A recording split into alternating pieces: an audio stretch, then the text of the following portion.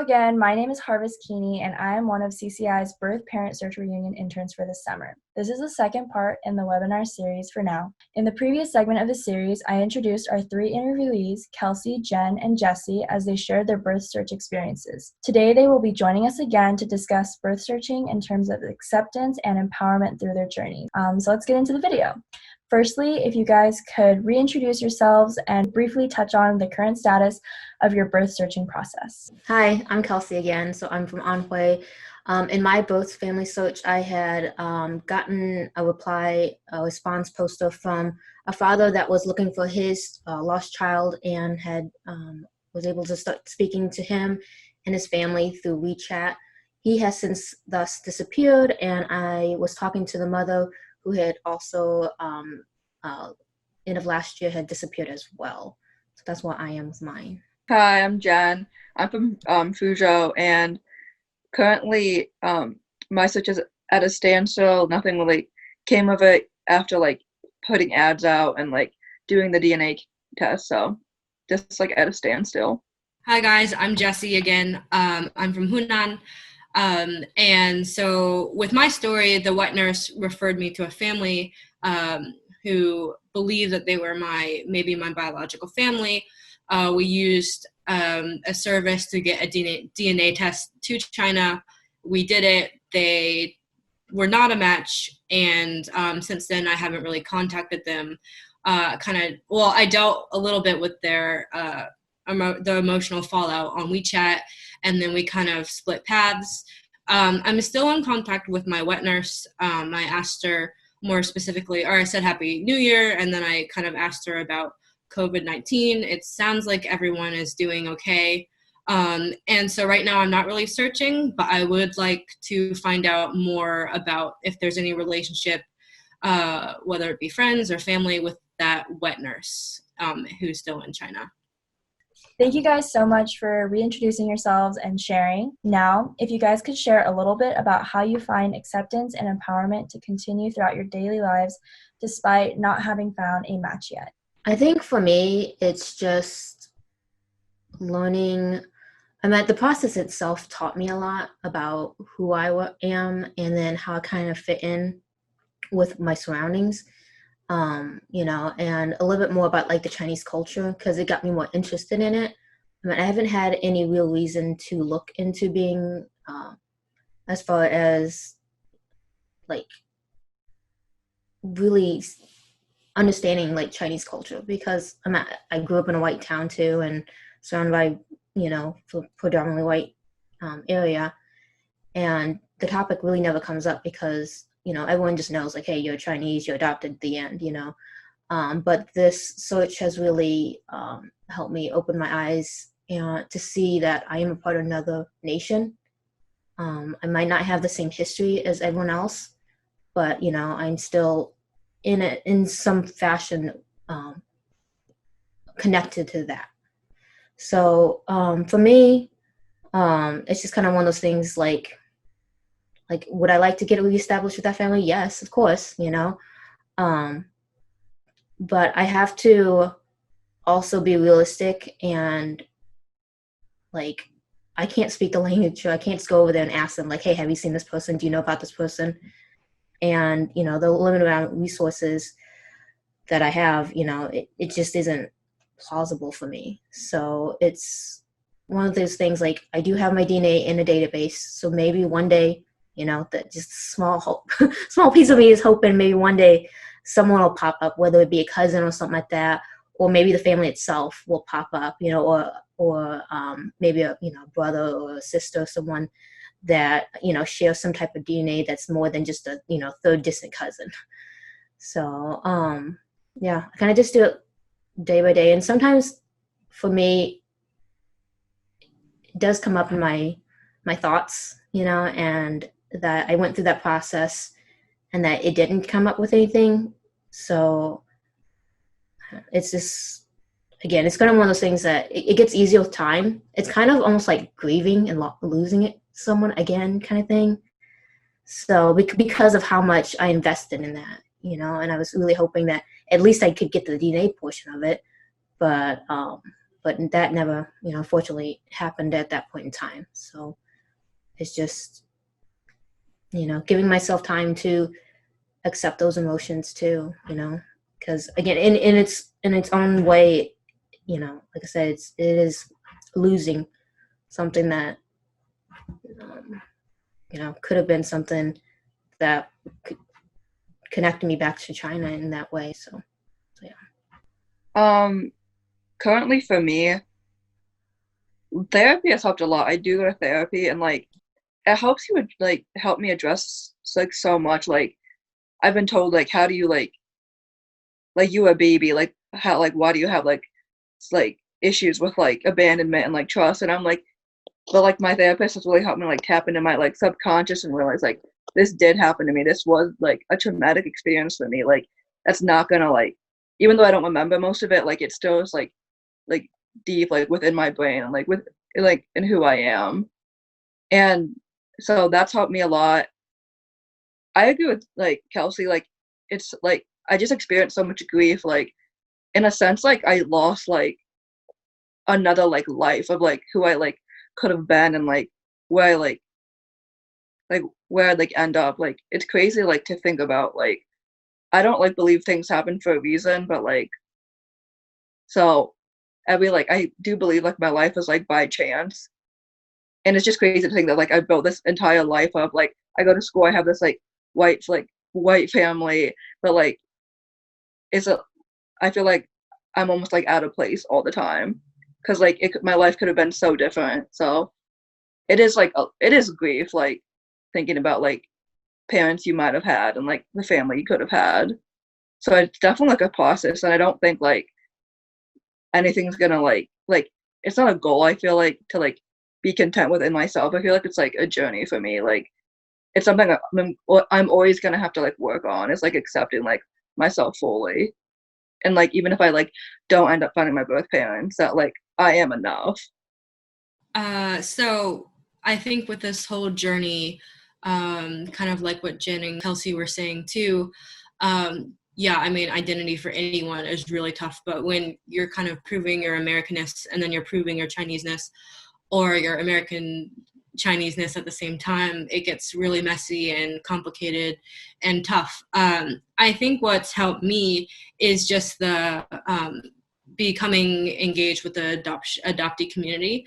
I'm kind of shaky on like, what does it mean to be an American? What does it mean to be Chinese? Where do I kind of fit?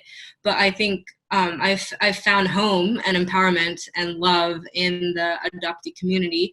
You know, whether someone has no interest in finding their biological parents or has reunited with them, I think all of our stories are so, just listening to Kelsee and Jen's stories and hearing other people's stories is just, I found home in the adoptee community because we kind of all share this beginning and this identity of kind of being in between. And so I have found great positivity and support and comfort in the adoption community. For me, the search process, I didn't even really start yet. So, I mean, I don't want to give myself any credit because it kind of just aligned where I found a connection in the orphanage, and she kind of tossed out a family for me, and it didn't work out. So in the future, I would maybe be interested in looking again on my behalf in my terms, going to China, trying it out. But for me, at the end of the day, this story, engaging with the wet nurse and finding this family who has been keen on finding their daughter for 20 years, who misses their daughter on her birthday, it just made me realize, and I think every adoptee would like to hear this, that I think I really believe that I was cared for and I was loved for on the Chinese side. And before all this, I didn't really know that. I wasn't confident in that. And it's kind of depressing when you think that no one cared for you in the most formative months of your baby career, you know.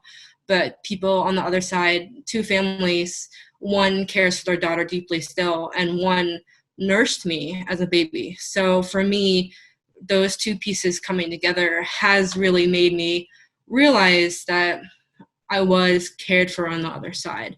And that was a huge piece of closure that I never thought I was going to get. Even though it wasn't the biological parents, I was cared for on the other side.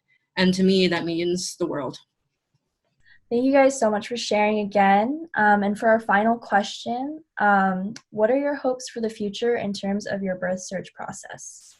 So for my hopes, it'd be nice if I got like that call one day saying, hey, someone matched your DNA in China, and here's how you can contact them and then start that journey process. But I think also I have the other side of me is like I need to be realistic too, and that it might not happen. But the process I go through to learn more about myself, I think, is in itself rewarding. And the community that I found through this process has been very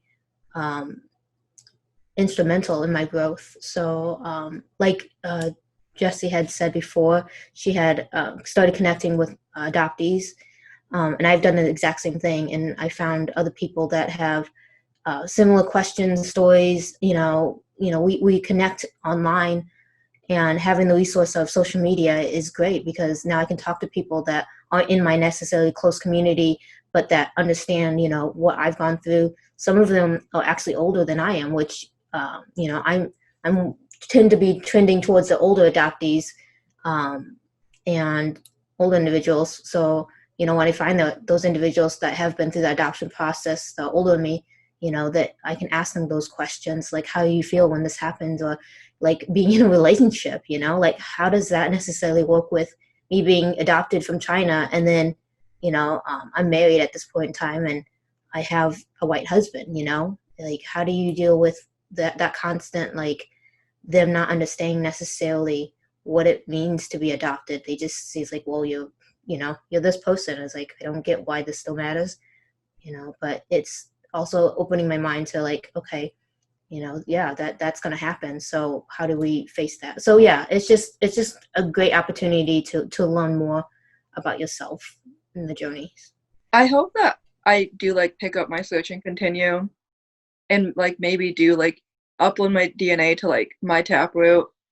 But I definitely agree with Kelsee, like just the adopted community in general has like really like been there for me and like made me feel less alone at times when I literally thought no one like knew what I was going through.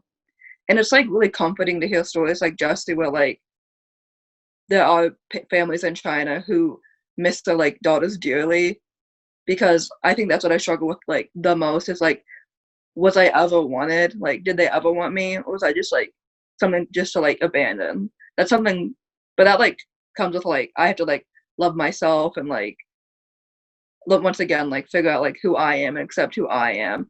And that is like a good point what Kelsee made about like relationships. Relationships scare the crap out of me because like if I do marry like a white man, like they're not gonna necessarily understand me being Asian, and then like on top of that being adopted and like what that means. So that definitely like resonates with me. For the future, I just hope to like be more comfortable with myself and accept that at this time, like I may never meet my birth parents, but like I am still like enough. And that's like all I need. Yeah, for me, I mean, literally if I found a cousin today, that would be great. I would be so happy. Like that would be great. But if I never find my biological family or cousins or random people who might be related to me, I think I'm working on living with that. Kind of like Jen and Kelsee said, we're on this weird journey of self-acceptance. And I think no matter if you're adopted or Asian, etc., like there's always going to be, am I enough? And so working through that I am enough, like the other girls have been saying, is really crucial, especially being adopted and having that missing bit at the beginning of our lives. But for right now, I think I got a lot more, like I was saying earlier, got a lot more closure than I ever expected to get. And I do hope that my story in finding a family who did give a crap, who cared, hopefully that will help other adoptees too, that at some point in our lives, in our journey in China, that there was someone out there who cared for us. And we are deeply loved, whether it be by our families or the adoption community, wherever that may be, we are deeply loved in our lives now too. So, I mean, yeah, it's always going to be a work in progress, liking myself, coming to terms with all the unknowns in our story. But I think especially meeting other adoptees, I know that we're not in this storm alone. I mean, we're all together sharing our weird journeys. And so I'm just really grateful to all of you for sharing your stories today, and for the adoption community for being there for me when it seemed like no one else was. Great. Thank you guys so much for sharing. I want to give a huge shout out to you guys. I could have not created this webinar without you all. And as I've said before, and as we've all kind of mentioned, I'm so glad that we can all come together as a community and learn and support each other. Birth searching is a vulnerable process. And as someone who has had an unsuccessful search myself, I know it's difficult. We all know it's difficult sometimes to think about expectations and reality. Nonetheless, I think that bringing awareness to the different parts of birth searching, including these unsuccessful parts, is important for strengthening our community. So thank you guys so much for watching. That is it for this webinar series, and I hope you guys enjoyed.